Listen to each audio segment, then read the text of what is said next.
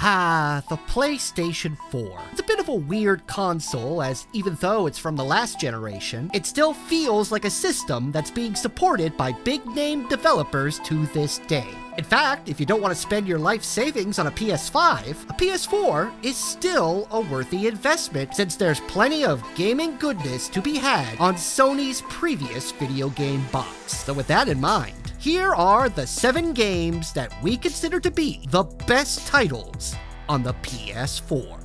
When thinking of characters that could be considered the mascot for the PlayStation brand, few come to mind quicker than everyone's favorite grumpy god, Kratos. While the older games are still fun, 2018's God of War reboot was a shot in the arm for the Spartan Rageaholic as it fleshed out his character, placed him in a new setting, and even gave him another crack at the whole having a family thing. Superhero games are a mixed bag most of the time, so that's why it was refreshing to play Marvel's SpiderMan.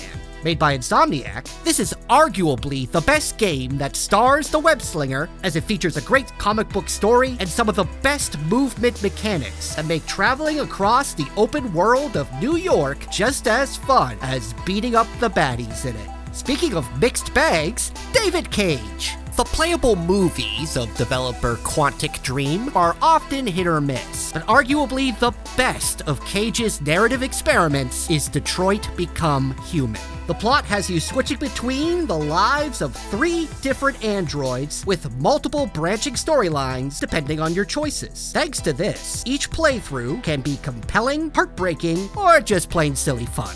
You like robots? You like dinosaurs? You want an open world game where you hunt robots that are also dinosaurs? If so, Horizon Zero Dawn is the game for you. This post-apocalyptic title has one of the most unique settings out of any other game, along with a lovable heroine with a mysterious past that will have you wanting to play through the whole thing just to figure out what the hell happened.